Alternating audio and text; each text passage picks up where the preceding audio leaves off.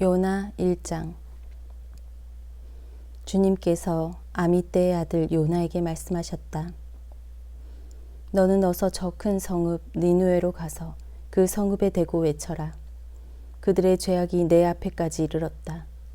그러나 요나는 주님의 낯을 피하여 스페인으로 도망가려고 길을 떠나 욥바로 내려갔다. 마침 스페인으로 떠나는 배를 만나 배삭스를 내고 사람들과 함께 그 배를 탔다. 주님의 낯을 피하여 스페인으로 갈 셈이었다. 주님께서 바다 위로 큰 바람을 보내시니 바다에 태풍이 일어나서 배가 거의 부서지게 되었다. 뱃사람들은 두려움에 사로잡혀 저마다 저희 신들에게 부르짖고 저희들이 탄 배를 가볍게 하려고 배 안에 실은 짐을 바다에 내던졌다. 요나는 벌써부터 배 밑창으로 내려가 누워서 깊이 잠들어 있었다. 마침 선장이 그에게 와서 그를 보고 소리를 쳤다. 당신은 무엇을 하고 있소? 잠을 자고 있다니 일어나서 당신의 신에게 부르짖으시오. 행여라도 그 신이 우리를 생각해 준다면 우리가 죽지 않을 수도 있지 않소. 뱃사람들이 서로 말하였다. 우리가 어서 제비를 뽑아서 누구 때문에 이런 재앙이 우리에게 내리는지 알아봅시다. 그들이 제비를 뽑으니 그 제비가 요나에게 떨어졌다. 그들이 요나에게 물었다. 우리에게 말하시오. 누구 때문에 이런 재앙이 우리에게 내렸소? 당신은 무엇을 하는 사람이며 어디에서 오는 길이요? 어느 나라 사람이요? 어떤 백성이요? 그가 그들에게 대답하였다. 나는 히브리 사람이요. 하늘에 계신 주 하나님, 바다와 육지를 지으신 그분을 섬기는 사람이요. 요나가 그들에게 자기가 주님의 낯을 피하여 달아나고 있다고 말하니 사람들이 그 사실을 알고 겁에 질려서 그에게 소리쳤다. 어쩌자고 당신은 이런 일을 하였소? 바다의 파도가 점점 더 거세게 일어나니 사람들이 또 그에게 물었다. 우리가 당신을 어떻게 해야 우리 앞에 저 바다가 잔잔해지겠소? 그가 그들에게 대답하였다. 나를 들어서 바다에 던지시오. 그러면 당신들 앞에 저 바다가 잔잔해질 것이요. 바로 나 때문에 이 태풍이 당신들에게 닥쳤다는 것을 나도 알고 있소. 뱃사람들은 육지로 되돌아가려고 노를 저었지만 바다의 파도가 점점 더 거세게 일어났으므로 헛일이었다. 그들은 주님을 부르며 아뢰었다. 주님 빕니다.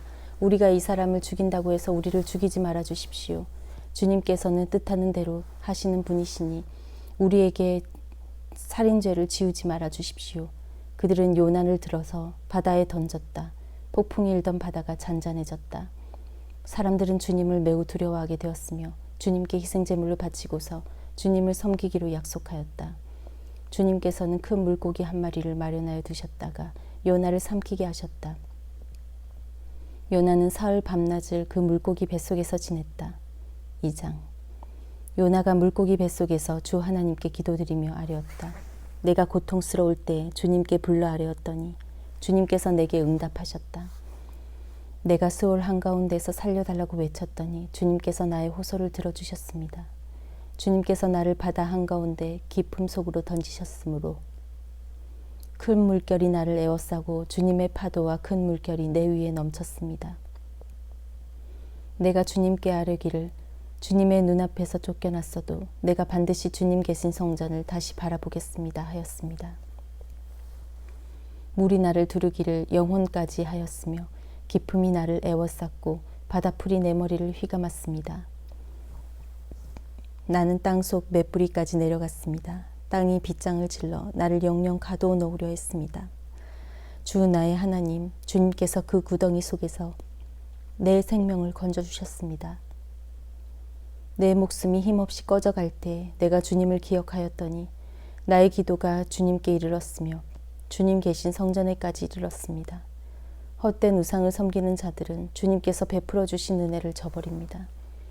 그러나 나는 감사의 노래를 부르며 주님께 희생제물을 바치겠습니다. 서운한 것은 무엇이든지 지키겠습니다. 구원은 오직 주님에게서만 옵니다. 주님께서 그 물고기를 명하시니 물고기가 요나를 뭇에다가 뱉어냈다. 3장. 주님께서 또다시 요나에게 말씀하셨다. 너는 어서 저 큰 성읍 니느웨로 가서 이제 내가 너에게 한 말을 그 성읍에 외쳐라. 요나는 주님께서 말씀하신 대로 곧 길을 떠나 니느웨로 갔다. 니느웨는 둘러보는 데만 사흘길이나 되는 아주 큰 성읍이다. 요나는 그 성읍으로 가서 하루길을 걸으며 큰 소리로 외쳤다. 40일만 지나면 니느웨가 무너진다.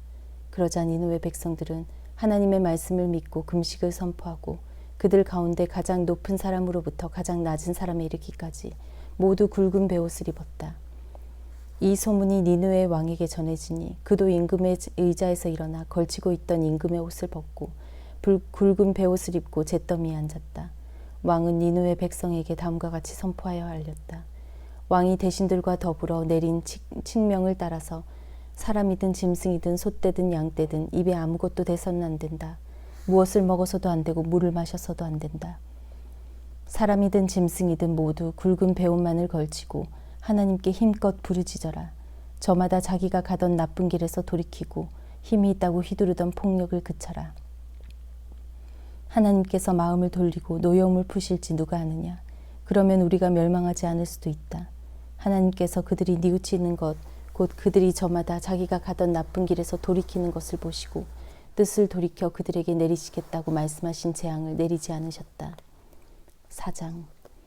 요나는 이 일이 매우 못마땅하여 화가 났다. 그는 주님께 기도하며 아뢰었다. 주님, 내가 고국에 있을 때 이렇게 될 것이라고 이미 말씀드리지 않았습니까? 내가 서둘러 스페인으로 달아났던 것도 바로 이것 때문입니다. 하나님은 은혜로우시며 자비로우시며 좀처럼 노하지 않으시며 사랑이 한없는 분이셔서 내리시려던 재앙마저 거두실 것임을 내가 알고 있었기 때문입니다. 주님, 이제는 제발 내 목숨을 나에게서 거두어 주십시오. 이렇게 사느니 차라리 죽는 것이 낫겠습니다. 주님께서는 내가 화를 내는 것이 옳으냐 하고 책망하셨다. 요나는 그 성읍에서 빠져나와 그 성읍 동쪽으로 가서 머물렀다. 그는 거기에다 초막을 짓고 그 그늘 아래에 앉았다. 그 성읍이 어찌 되는가를 볼 셈이었다. 주 하나님이 박넝쿨을 마련하셨다. 주님께서는 그것이 자라올라 요나의 머리 위에 그늘이 지게 하여 그를 편안하게 해주셨다. 박넝쿨 때문에 요나는 기분이 무척 좋았다.